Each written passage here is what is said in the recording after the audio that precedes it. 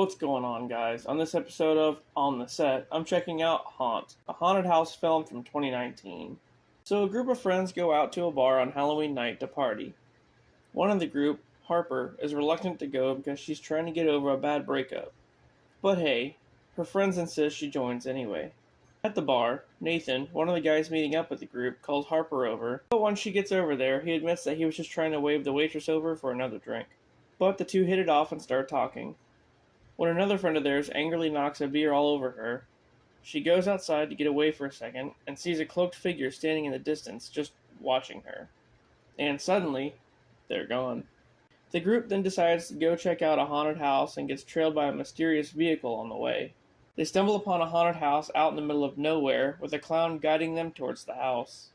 He motions for one of them, Bailey, to open a container with a key, which unveils the house rules. Don't touch the actors, follow the path, and that kind of stuff.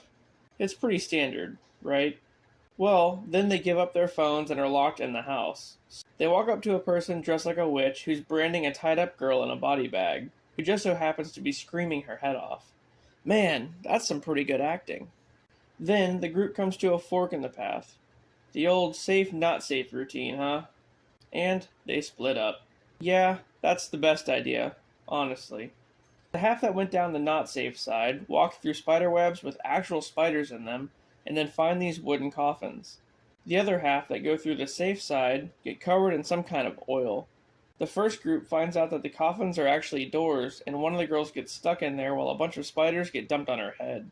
Yep, right about there I would probably just die. Meanwhile, the others find a tiny crawl space with a bunch of arrows surrounding it, indicating they need to go through.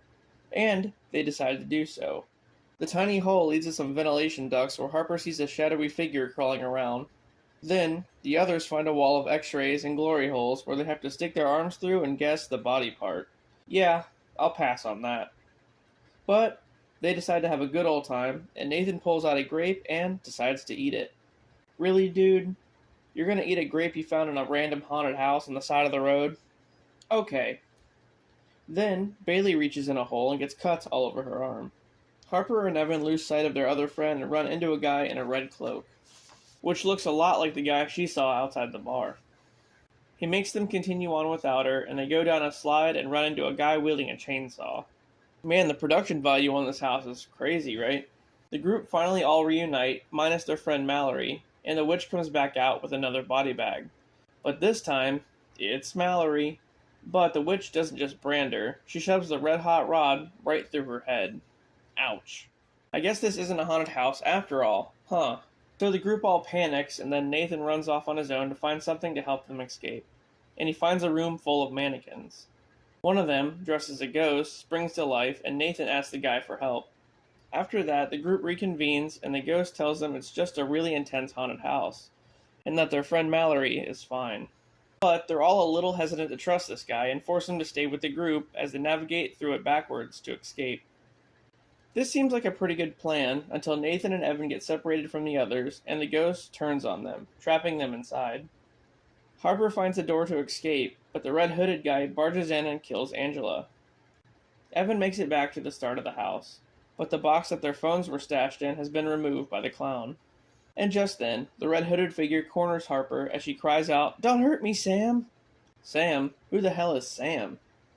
Oh, I get it. Sam's her boyfriend. The one she apparently broke up with. Oh, and the Red Hood guy? Yeah, that's not Sam. Out of nowhere, Nathan shows up with a nail gun and shoots the Red Hood, allowing them to escape. As that's going on, Evan's outside with the ghost, who asks him if he wants to see his true face. Okay, sure. What the hell is going on there? It's like their faces resemble the mask they're wearing.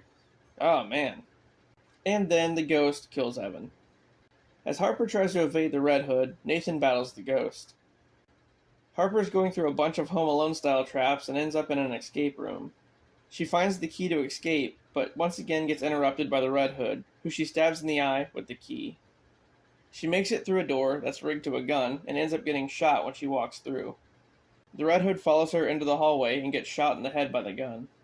Directly after that, a skull-masked person comes down the hallway after her and she stabs them with a pitchfork, only to find out that it's actually Bailey tied up. Whoopsie! As that's going on, Harper's boyfriend tracks their location through GPS and finds the haunted house. But it doesn't end well for him. Nathan catches back up with Harper and they take down the ghost and the chainsaw-wielding guy. They find a hatchet and almost make it out when they're confronted by the witch, whose head they end up smashing in the hatch door when they escape. Man, these two are just mowing down these crazy assholes. The two of them finally escape in her boyfriend's truck. And, after getting tended to at the hospital, Harper returns home to find the clown. The only surviving murderer has showed up to kill her. But, as he walks in, she has some Home Alone traps of her own. The end. Yeah, this was surprisingly pretty good. I thought it was going to be pretty B-list, but it was pretty intense and action-packed, and gory. There are actually some haunted houses like this out there. Well, I mean, they don't murder you, per se, but pretty close. Anyway, doesn't this make you guys want to go through a haunted house? Alright, I'll see you later.